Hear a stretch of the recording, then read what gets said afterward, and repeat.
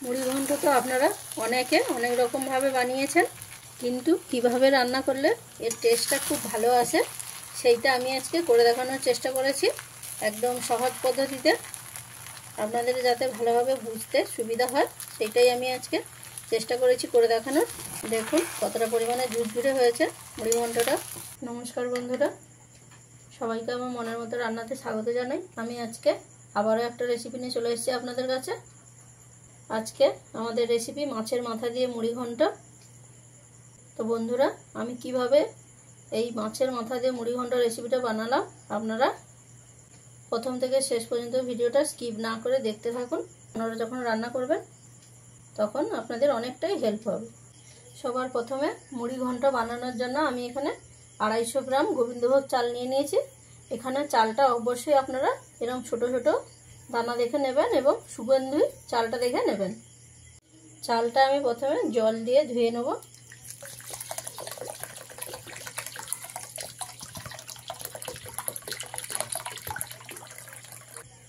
চালটা এখানে খুব বেশি বার ধোয়ার দরকার নেই, একবার ভালো করে জল দিয়ে ধুয়ে নিলেই হবে।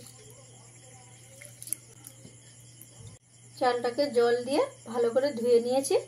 এবারে কিছুটা পরিমাণ জল চালের মধ্যে দিয়ে দেবো। জলটা দিয়ে চালটাকে আমি এবারে 10 থেকে 15 মিনিটের মতো ভিজিয়ে রেখে দেবো।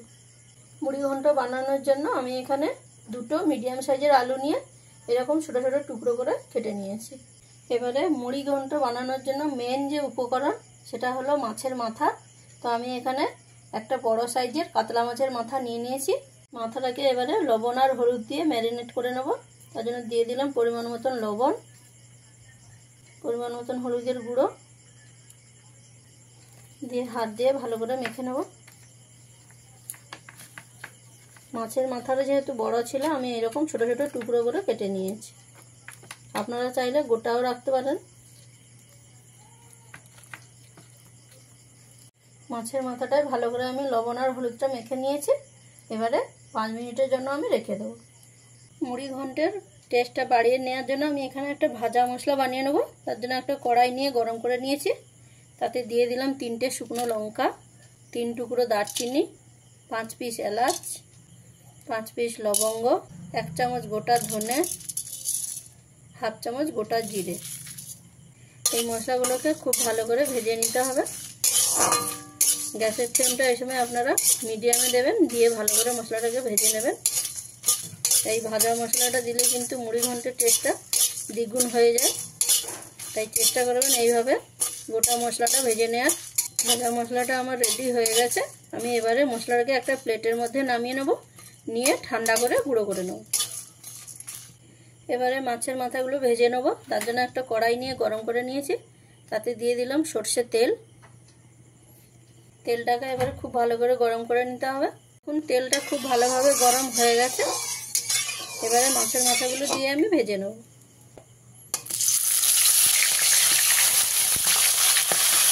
মাছের মাথাগুলো সব দিয়ে নিয়েছি। এবারে ভালো করে লাল লাল করে আমি ভেজে নেব। মাথাগুলোকে ভালো করে লাল লাল করে ভেজে নিয়েছি। এবারে নামিয়ে নিচ্ছি।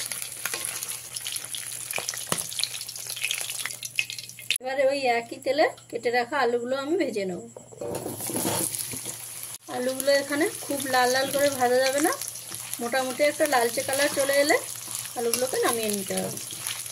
আলুগুলো আমি এখানে এরকম হালকা লালচে করে ভেজে নিয়েছি। আলুগুলো মোটামুটি প্রায় এখানে 60% মতন সেদ্ধ হয়ে গেছে। তো এবারে আলুগুলোকে আমি নামিয়ে নিচ্ছি।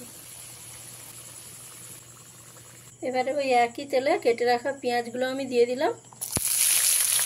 এখানে আমি দুটো বড় সাইজের পেঁয়াজ নিয়ে কুচি করে নিয়েছি। পেঁয়াজগুলোকে ভাজার সময় আপনারা অতি অবশ্যই গ্যাসের ফ্লেমটাকে হাইতে করে দেবেন, দিয়ে ভালো করে লাল লাল করে ভেজে নেবেন। পেঁয়াজটা যখনই দেখবেন এইরকম লাল লাল করে ভাজা হয়ে গেছে, তখনই এর মধ্যে দিয়ে দিতে হবে 2 চামচ আদা রসুন বাটা। আদা রসুন বাটাটা দেওয়ার পরে 1 থেকে 1.5 মিনিট ভালো করে ভেজে নিতে হবে, নাহলে আদা রসুনের কাঁচা গন্ধটা থেকে যাবে। তাই যতক্ষণে আদা রসুনের কাঁচা গন্ধটা যাচ্ছে ততক্ষণ আপনাদের ভালো করে ভেজে নিতে হবে। আদা রসুনের বাটাটা দিয়ে 1.5 মিনিট আমি ভালো করে ভেজে নিয়েছি। আদা রসুনের কাঁচা গন্ধটা চলে গেছে। এবারে এর মধ্যে কিছু মশলা দিয়ে দিতে হবে।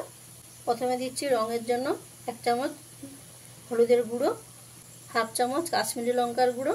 কাশ্মীরি লঙ্কার গুঁড়োটা এখানে আপনারা অল্পই ব্যবহার করবেন। আর দিচ্ছি 1 চামচ ধনে গুঁড়ো, 1/2 চামচ জিরে গুঁড়ো। গ্যাসের ফ্লেমটাকে একদম লোতে রেখে মশলাগুলোকে ভালো করে কষিয়ে নিতে হবে।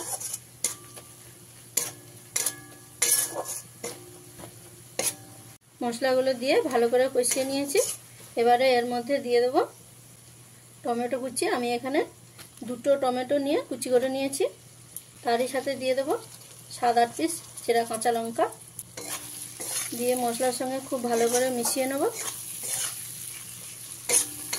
মিশিয়ে নিয়ে অল্প কিছু সময় কষিয়ে নেব। আপনারা এখানে অবশ্যই খেয়াল রাখবেন যে টমেটো যেন পুরোপুরি না গলে যায়, এমনভাবে ভাজতে হবে যাতে টমেটোর কাঁচা গন্ধটা চলে যাবে কিন্তু টমেটোগুলো গলবে না। গ্যাসের ফ্লেমটাকে মিডিয়ামে দিয়ে ভালো করে মশলাটাকে ভেজে নিতে হবে। দেখুন মশলাটা ভালো করে কষানো হয়ে গেছে। আপনারা আশা করি নিশ্চয়ই বুঝতেই পেরেছেন যে টমেটোটা ভালোভাবে ভাজা হয়ে গেছে কিন্তু টমেটোটা পুরো গলে যায়নি, টমেটোর কাঁচা গন্ধটাও চলে গেছে। এবারে এর মধ্যে আমি দিয়ে দেবো আগে থেকে ভিজিয়ে রাখা সেই গোবিন্দভোগ চাল।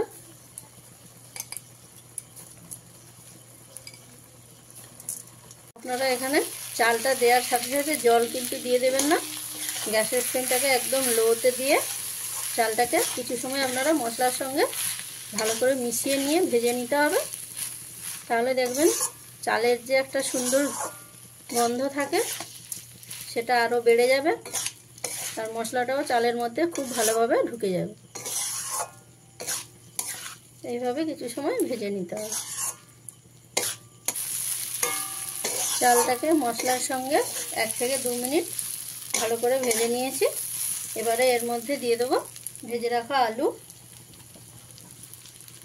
দিয়ে একবার ভালো করে মিশিয়ে দেবো। মেশানো হয়ে গেলে এর মধ্যে দিয়ে দেবো ভেজে রাখা মাছের মাথা, আবারও ভালো করে মিশিয়ে দেবো। মাছের মাথাটা দিয়ে ভালো করে মিশানো হয়ে গেছে। এবারে এর মধ্যে দিয়ে দিচ্ছি পরিমাণ মতন লবণ। লবণটা দিয়ে ভালো করে মিশিয়ে নিয়েছি। এবারে আপনারা জেনে নিন যে কতটা চালে কতটা পরিমাণ জল দিতে হয়। আমি যেহেতু এখানে 250 গ্রাম গোবিন্দভোগ চাল নিয়েছি তাই আমি এখানে 500 গ্রাম জল দিয়ে দেবো।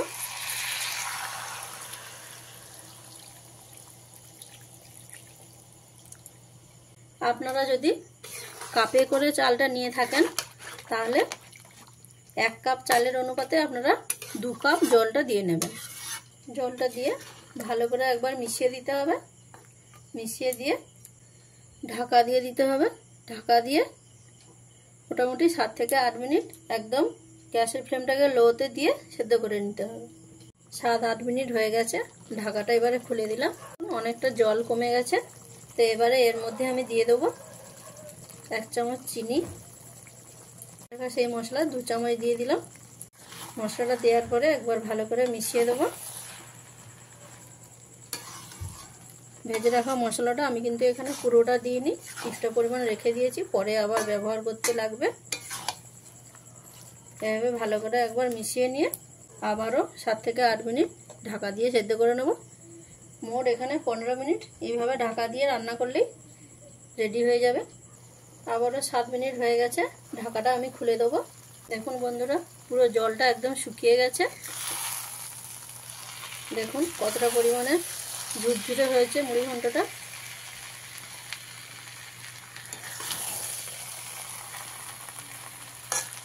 তো এবারে আমি সব শেষে এখানে দিয়ে দেবো ভেজে রাখা সেই ভাজা মশলাটা, বাকি যতটা পরিমাণে ছিল পুরোটা দিয়ে দিলাম। আর দিচ্ছি ঘি 1 চামচ। আপনারা যদি চান ঘিটা এর থেকেও বেশি দিয়ে নিতে পারেন। দিয়ে ভালো করে একবার মিশিয়ে দেবো।